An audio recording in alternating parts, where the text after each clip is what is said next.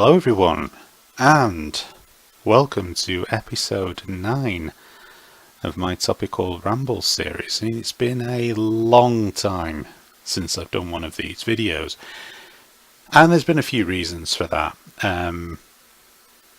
Chiefly what I've been really focusing on the channel, and I alluded to this in one of my videos, I think it was the Xenon 2 on the Sega Master System video, is that I've been more focusing on putting gameplay up. The Topical Ramble series is quite difficult to just keep doing. There's only so many times you can cover issues or topics or things that you want to talk about before you get yourself caught into a cycle of just essentially repeating yourself. And when, as I said originally, when I set this channel up, it wasn't really to get too embroiled in these type of things. It was more to just say, hey, here are games that I like to play and I'm going to chat about them, and that was pretty much going to be it. And originally, when I established the channel, I was going to try to do reviews, and some of my earlier videos, if you look back, I tried to do that, and really I didn't like it. I didn't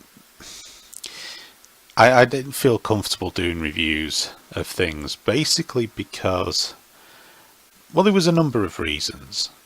I don't really have an immense amount of the sort of in-depth technical knowledge of how games are made these days that would really apply itself, that I think to do a review I would need. Years ago I could have done it, but nowadays I just don't feel qualified to be able to do it. To me, people might say, well, all you need to do really is say whether you enjoyed a game or not, and that's fair. But if you're going to criticize a game for technical issues, sometimes it helps, I think, if you have an understanding of what might be causing that technical issues. I watch a lot of Angry Centaur Gaming, ACG Carrick reviews. That guy's got so much knowledge of the game making process. So when I listen to his reviews, they're so in depth. They're not like, they don't go on for hours, because he does a series of videos where he actually goes into a lot more detail in some games. He really drills down into the finer details of those games, and that really impresses me. And it's not that I would try to judge my work against his, but I think so long as there are people out there that can do something like that, I'm quite happy to just defer, and I'm happy to just give a more layman's viewpoint of games. Just say, hey, yeah, I really like this. I got no idea why these issues happen in the game. Sometimes I might have a bit of a clue, but I'm just somebody that would rather not try to speak with any degree of authority on something that I wasn't 100% or at least considerably knowledgeable of, especially with video games, because people are so passionate about this type of thing. It just never sat well with me, so I kind of allowed that side of things to sort of fizzle away, and then just thought, you know what, I'm just going to talk about games and upload gameplay footage, because that's really where I wanted to go with the channel in the first place. And I've always found it better to write these things down at times when it comes to doing reviews anyway. So I was kind of writing it down and then reading it, and it sounded, really wooden and stiff. There was no organic feel to it. There was no, didn't feel real to me, because it's like I spent ages typing it up and then I'm just reading it out off a piece of paper. That just doesn't feel right. You can tell when somebody's doing that, and then you expect then a degree of knowledge, I think, to go with that. I think that's fair. I'm not one of these people that likes the idea that somebody should be critiquing something that other people could see and that could influence people's decisions to buy something or not buy something, if they don't have a degree of proficiency in what they're talking about. I think that you have to be respectful both to your audience, and I think you also have to be respectful to the product that you're supposed to be reviewing. And I kind of get annoyed the fact that some people have a very cavalier attitude towards that. But I'll come to that later. That's in one of my other points. So yeah, I've been doing a lot of live streaming on Twitch from both my Xbox and PS4. I now have a PS4 Pro. Well, I've had one since the beginning of summer, and I've been really enjoying that. Sometimes I get quite a few people in. Well, when I say for me, quite a few people, I've had up to like 17, 18 people in at one point. I think when I was doing the Forza 7 demo, it was like, whoa, it was like the numbers just escalated. And it was only a short stream. Normally you have to stream for a while, and the numbers, as people slowly migrate onto the stream, it will work that way.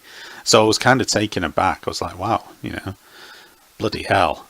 I think I had it got into the 20s, and I only streamed for 30 odd minutes. Because obviously people come in, went up to like 18, then it went back down and it went back up again. So if you add those people that are probably coming in and out of the stream and God knows what, not concurrent views, but overall views, I was kind of impressed by. And then sometimes you can stream for 2 hours and it's just you, and that can be quite difficult to do sometimes. And anybody that's watched the streams that I export from Twitch to YouTube will sometimes hear me refer to that, nobody's watched. And, it can be difficult. I did mention in one of my streams that the difficulty for me is really knowing how to approach that particular stream. Am I going to approach this as a playthrough and sort of talk about the game in that way? Or am I just going to be simply approaching this more through the sort of avenue of a live stream, where you do prepare yourself to interact with an audience, so you don't tend to start talking about the game with an equal amount of depth, because you don't want to be all over the place. So it's just trying to find that happy medium of, when I'm all by my lonesome, trying to get that bit of a balance going in the live stream. And I think I'm going to get there with it. It's just like anything else, you practice. I mean, I've been doing it for some time now, and I've been enjoying it, and I enjoy watching other people live stream games as well, and you can interact with them in the chat. There's a really good community that I found, even though I'm not really a PC gamer. I am a member of GOG.com, and I have found some PC games on there that I'll actually run on this old clapped out dual core Pentium laptop of mine. I actually bought Morrowind, which probably won't run on this laptop, but there was 2 free games that come with it, which was Elder Scrolls Arena and Elder Scrolls Daggerfall. Now that's essentially the first 2 games in the Elder Scrolls series I'd never played. I'd played Morrowind, I played it on the Xbox, and I did have it for the PC when I had a PC that would run it before it died. And I really enjoyed. I mean, I've played Skyrim, and I've got a playthrough of Oblivion going on my live streams at the moment, which I'll be continuing at some point. And so it was great to go back to the 2 games in the series that I missed. And obviously they're old, they're from the 90s, the old graphics engines, the sort of pre-3D accelerator stuff on there, but it's great. I've had so much fun. I mean, I've been trying to make progress in Arena, and it's really hard compared to the newer games. It feels a bit more of a sort of no mercy, no messing type RPG. But I've been enjoying it nevertheless. And I got turned on to that by watching somebody streaming that, a guy called Kilgore Trout on Twitch. He's a guy who streams a lot of old games, sometimes newish games, but tend to be the ones in the, throughout the 90s and sometimes the early 2000s. And it's great because I played so many of these games. And, I think he's in his 50s. So it's great to watch somebody playing these games, who's not screaming into the microphone, and bouncing up and down like they've sat on a electric cable or something. It's it's nice because he streams quite late at night, and he's Canadian. So when I wake up in the morning, rather than turn myself on and depress myself with the latest non-entity, the latest over dramatized crap on the television that passes itself as news entertainment these days, I'll sit and watch the last hour of his stream, while waking up, basically. And it's just for me personally, it's just a much better way to start the day than the usual depressing, overblown crap that you see on television. So yeah, live streaming is sort of formed quite a considerable part of what I've been doing of late. I've also been recording and uploading some more of the retro game side of things. You may have noticed I've got some Commodore 64 videos going up there, because I have managed to get OBS to run on this laptop in a fashion. I did try to run some like Mega Drive and 32X games up on there, but it wasn't really having any of it. And I might get away with some Mega Drive games, but I think for the most part, it's just the laptop's just not got enough horsepower to cope with the Mega Drive input and then actually recording it at the same time. I just don't think it's got the juice, which is unfortunate, but it's just a byproduct really of it being old. I really someday will get a decent setup and start doing these things a bit better than I have been doing. But yeah, I've got some Master System games as well that I want to upload, because these were games that I played years ago. And I did go through a period where I was really focused, quite a lot on the retro side of things, and then it sort of faded away as I sort of got more into this current generation of stuff that kind of took back over. And so I wanted to put a few up there. I've got a few videos lined up to come soon. Again, it'll be a mixture of Commodore 64 and Sega Master System games from the past. And I look forward to getting them up. Hopefully you guys will check them out. That'd be great. So as I mentioned earlier, I've got a PS4 Pro, which is a great console. I'm really happy with it. I don't have a 4K TV, but I have noticed improvement in some of the games, especially in terms of performance. You don't get as much texture popping, although the Formula 1 game that I got recently did require a patch from Codemasters, because for some reason it wasn't about the fact that the textures weren't popping in, it was about the fact that the textures weren't loading at all. But anyway, they fixed that issue now, and that looks great on there. And I've been having a lot of fun. Didn't really have any intention of getting it, but somebody was after a PS4 Pro in the family. A PS4 in the family, and the second-hand prices were just through the ceiling.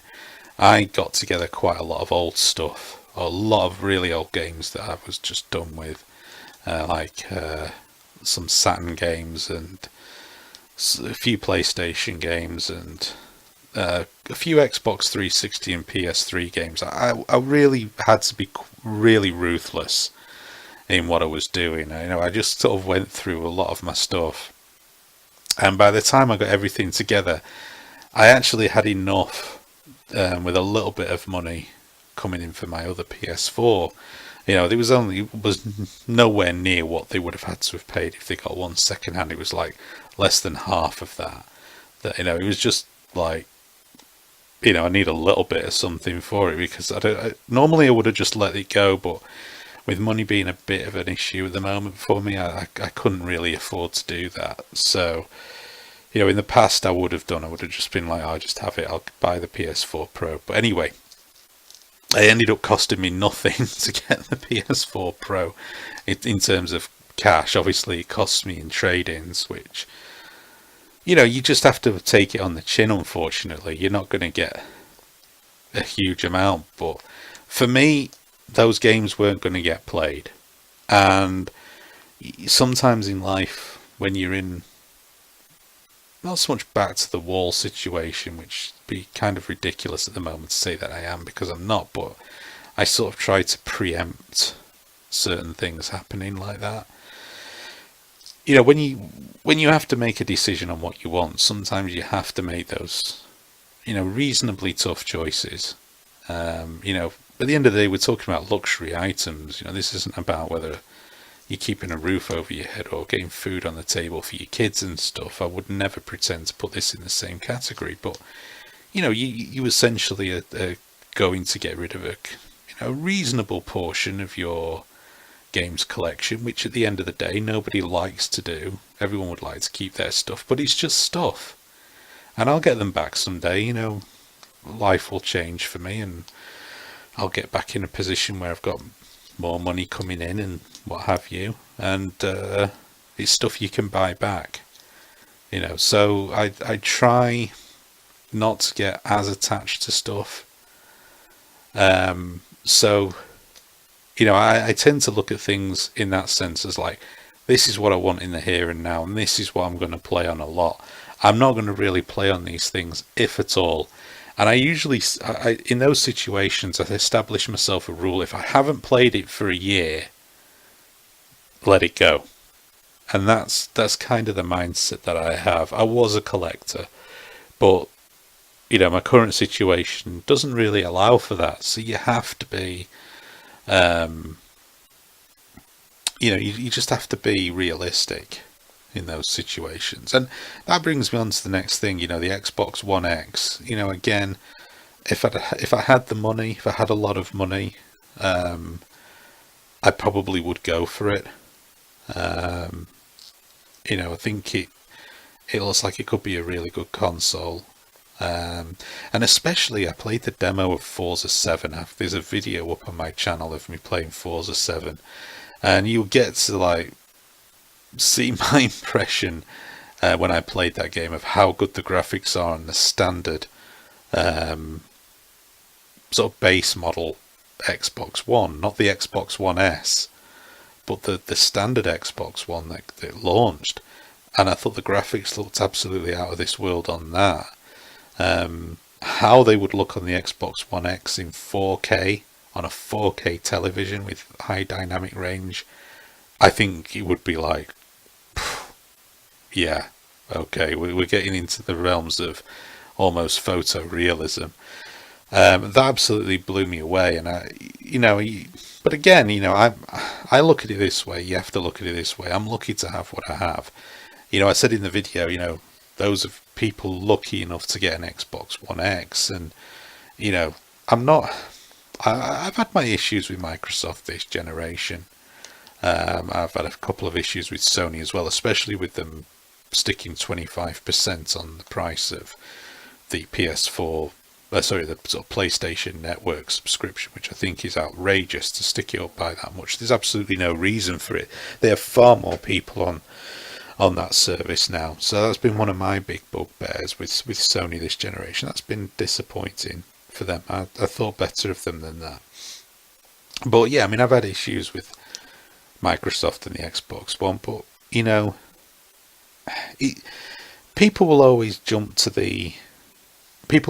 leap to the conclusion that it's because you are anti that console or you're anti that company, and it's not. I love video games, and I want the best that those games can come out with.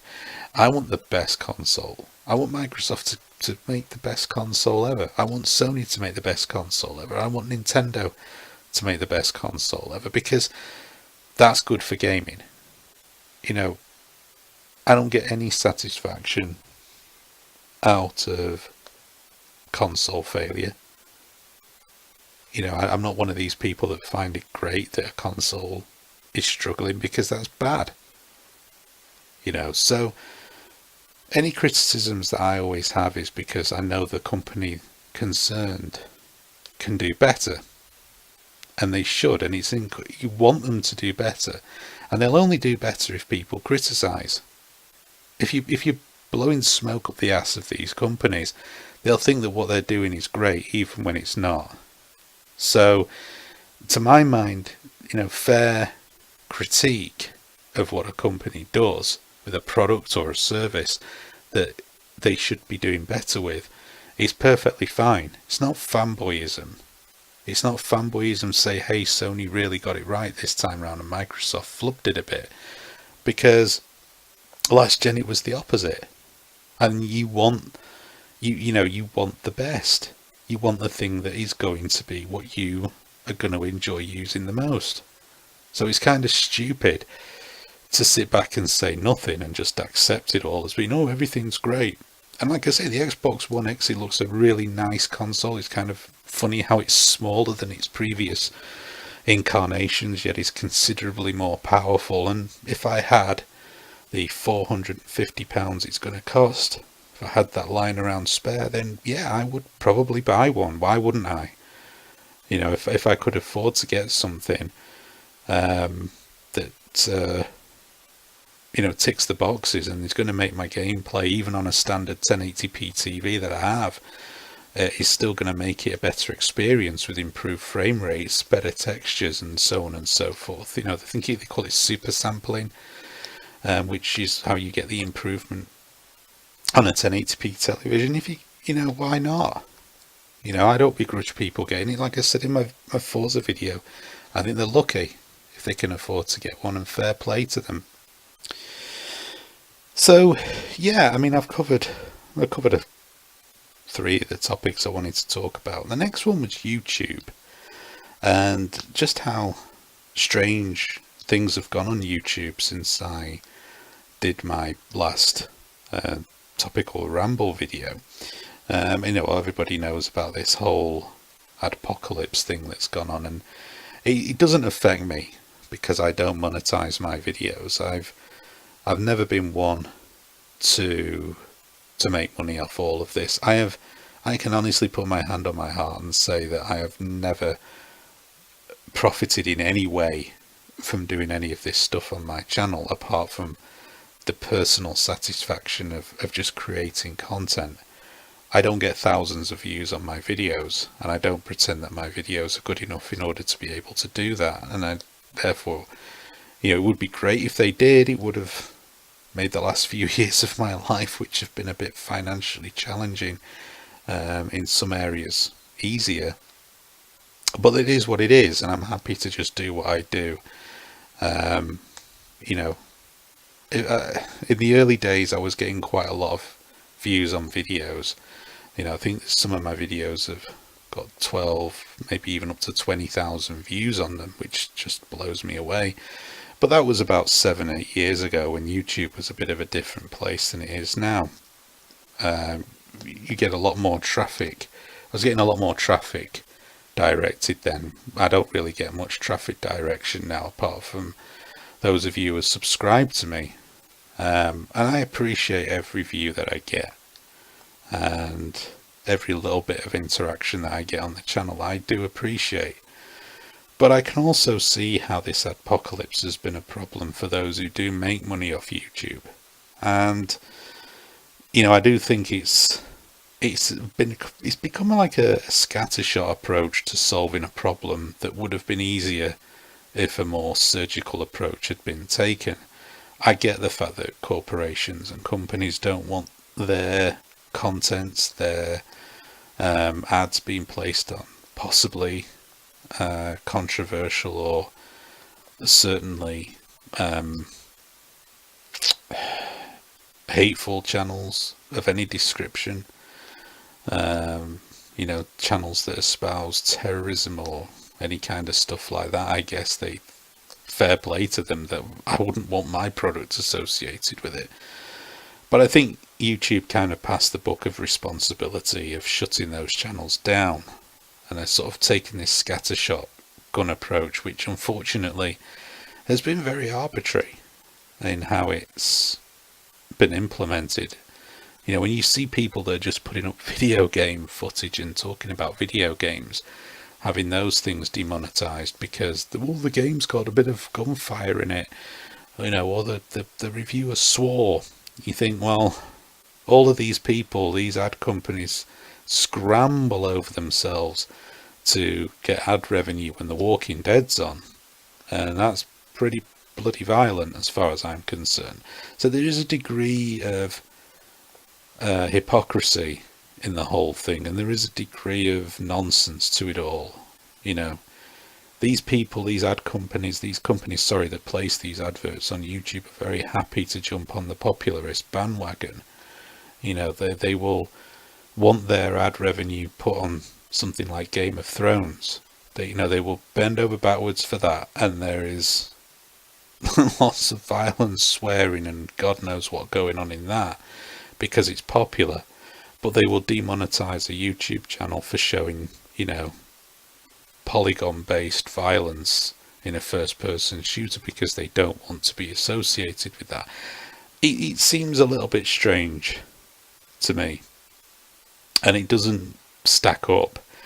And I think there might be a wider issue going on here. I've suspected for some time that YouTube is trying to move itself into another Netflix. And I think that essentially it's a way of managed decline for providing a platform for people to make money off. I think at one point they pursued that option, allowing people to monetize their videos to encourage content. But as they've grown and they, in many respects, have superseded television, they are showing less inclination to support that, and it is a managed decline. They know exactly what's going on, but they're not doing anything to resolve it, much as they claim that they are. And it's just a general issue that you see all the time. They just sort of conveniently ignore the problem and allow it to get to the point where it pushes people away. And rather than having to drop the portcullis and say no more to all of this stuff, which is always going to make them look, very unpopular, they're trying to do it in such a way that the numbers will start to drop. People will start to migrate away. And I think that the idea that the powers that be at Google care about that, I think is the part of the problem. I think people are dialed into this idea that the powers that be at Google will become worried because people aren't posting up videos on YouTube anymore and monetizing that content.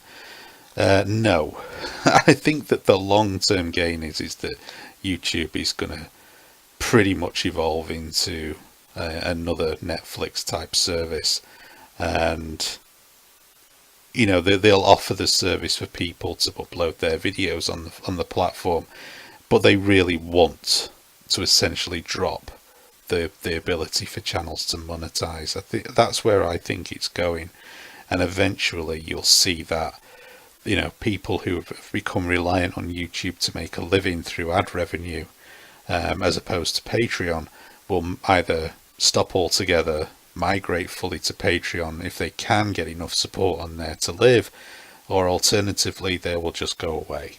They'll go onto another platform, and or they may just stop doing the content altogether, which will be sad, but that's the way it's going.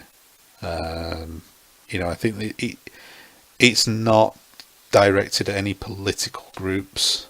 I think that was the thought initially, because it really has been a real scattershot approach. There are channels that I watch that have don't have anything political on the channels at all in any description, have never even gone down those pathways, and they too have been hammered. And yeah, that's just the way it is. So for those people, it's a real pain, and it's really sad, and there's no real answer to it, aside from, being funded by Patreon, or, finding hope, another platform. I know people talk about going over to VidMe, but, that might prove to be the sanctuary to go to for a while, and I'm sure they've taken quite a substantial uplift in terms of registered users from this adpocalypse, but whether or not there's any long-term sustainability in doing that. And then you ask yourself the question, how long will it be before the problems of YouTube become the problems of VidMe? Time will tell. So yeah, that's pretty much all I have to say about that, really. As I say, it doesn't affect me in the sense that I don't make any money anyway. And if you ever see ads on any of my videos, it's probably due to the fact that it's a copyright match content issue and some bugger somewhere is making money if the videos, but I certainly don't. I've never made a penny in any way, shape or form from doing any of this. And I don't wear that as a badge of honour, by the way. I'm just stating it as a fact. And so, yeah, on to the sort of last point that I wanted to talk about. I knew this was going to be quite a long rant, really, because I've not done one of these for a while. But it goes back to things that I've said for a very, very long time. And a lot of the things that I've done of late is sort of free myself from what I call the burden of relying on mainstream gaming websites, whether you call them corporate websites, mainstream gaming websites, whatever, as the sort of main source of figuring out whether a game is going to be good or not. And I've touched upon this in previous videos. And I've kind of gone back to how I used to do things in the past, when I stopped getting magazines, and really before the rise of YouTube, which is a lot of it is self-determination on whether you're going to like a game or not. And it's essentially to trust your instincts. It's to do research you cast your net as wide as you can. So you do use mainstream websites, of course. There's no reason to not. I use them as almost a directory of information rather than the one-stop point of information. YouTube, live streaming. And live streaming is almost, for me, almost supplanting YouTube in many respects. And there's a reason why. I mean, obviously YouTube, if someone's live streaming the game on YouTube, I include in that. But one of the reasons is, a problem when you watch somebody that's just doing a playthrough of a game and it's edited is you don't always get the full feel of the game. And live interaction is often very, very difficult. So if you've got a question about the game, you can ask it, you can leave it in the comments section, but there's not always the interaction there that you're going to get a response. One of the great things about watching somebody live stream a game that you want to play is you can fire that question, and more often than not they'll answer it while they're playing because it's part of the interaction in live streaming. And for example, yesterday I was watching somebody play the game Echo, which has adaptive AI in it. Basically, the game learns what you're doing and adapts the AI of the bad guys in the game accordingly, and looks stunning. And I was asking the streamer some questions while he was playing it, and he was answering it because he's playing the game, and you're almost seeing the game unfold before you. Now, yeah, you can have the worry about spoilers. You don't have to sit and watch a full playthrough, but you can at least watch an hour or so to get the gist of whether you think the game's going to be good or not. And also you can see where the game is going to head. And that's quite important because when you watch, say, a 5-minute video, you don't always see where a game is actually going to ultimately end up heading as you get further on into the game. And that can be something that can make or break a game.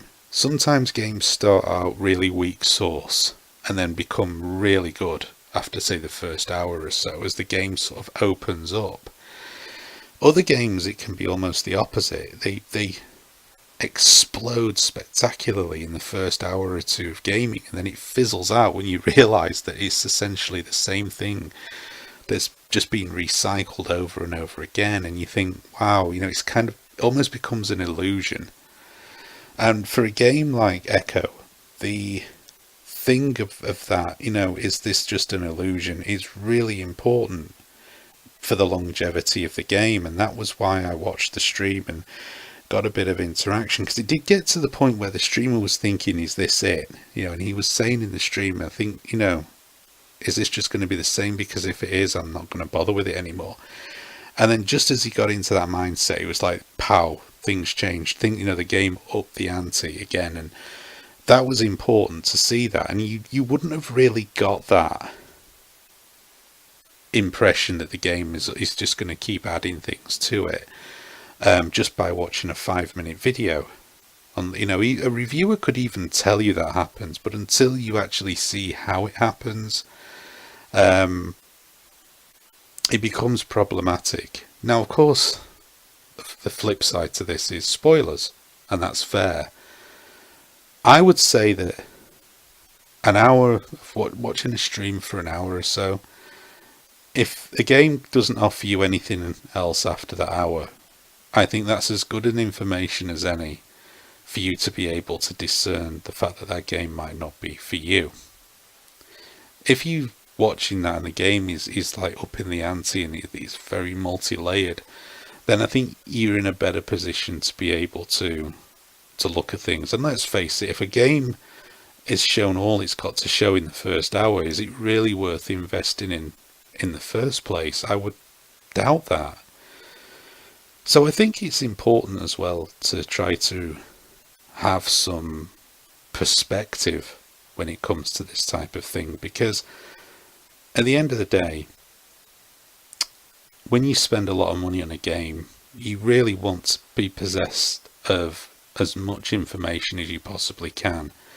And like I say, I have started to pull from multiple sources, more so than ever before, simply because of the fact that I think when, the old habit is always to go to a mainstream website and scroll through a wall of text just to see what the score is at the end, and a brief summary of the pros and cons. And everybody thinks, oh, the game got 9 out of 10. Well, that's the one for me, but it might not be. Reviews are always very personal. They're always very subjective. And so even games that may get a fantastic score might not, there might be an element to that game, there might be a mechanic in that game that you really dislike and would spoil the game for you.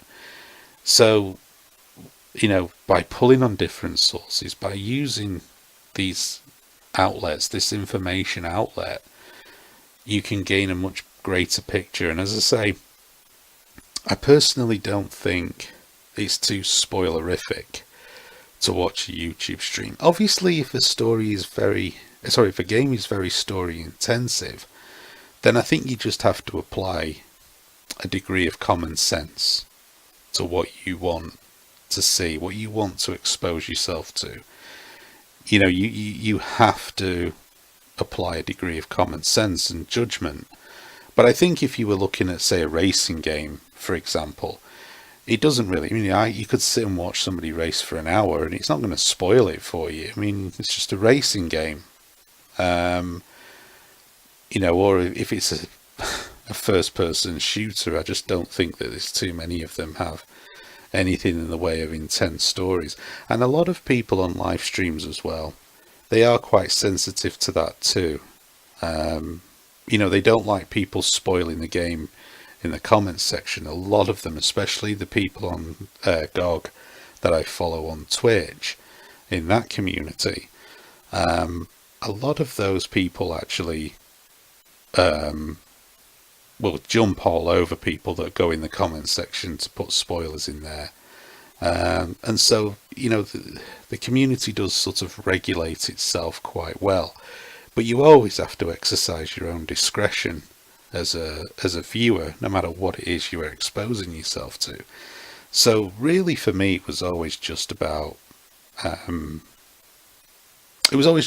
finding different ways with which to bring on board as much information as I can as to whether I want a game. Like I say, I watched the guy playing Elder Scrolls Arena, and I thought, it looks really old and maybe a little bit janky in places, but I really want to play that, and that motivated me then to go and invest in those games on GOG. And that to me, I got the game. I didn't feel like anything had been spoiled. I got the game. I still didn't got a clue what I was doing. I got battered regularly, beaten up, playing it left, right, and centre. But it was a way of just finding that information out. And, I'd say it's a really good community. And that sort of brings this topical ramble sort of full circle. So I think that's a pretty good place to end it on, because I started talking about live streaming, and that's kind of dials into this whole thing and why I've got quite into it of late, and why I think it's also a good resource and a good place for community as well. That was the other thing I found. The community, the live streaming community, in particular on Twitch, as I say, I've mentioned the GOG community there. That's GOG, by the way, not GOD. It's not God, it's GOG. Good old. It used to be Good Old Games, but then they started releasing new stuff as well, so they just changed it to GOG.com or GOG.com. And the good thing about their games, by the way, the DRM free, unlike other outlets. And no, I'm not shilling for them. I'm not on their payroll. I'm just passing on the fact that I think they're a really good community, and it's a good gaming community. And it reminds me of the early days of the gaming community here on YouTube before it became quite divisive. So yeah, that's pretty much all I've got to say. So I'm sorry it's been such a while. I mean, these topical rambles are things which I'm just going to do periodically. I don't want to try to get anything regular going, simply because, the reason I've been able to do this is because I've been away from doing them for such a while. I've actually had something to talk about that I wouldn't ordinarily have had. So anyway, thanks for watching. Stay tuned for any of my live streams on Twitch. If you miss them, I export them to YouTube. So, if you want to check them out, check out my retro stuff that I upload. And, if you've stuck with all of this right the way to here, thank you very much. That's pretty awesome of you guys. And, yeah, I'll catch you all later.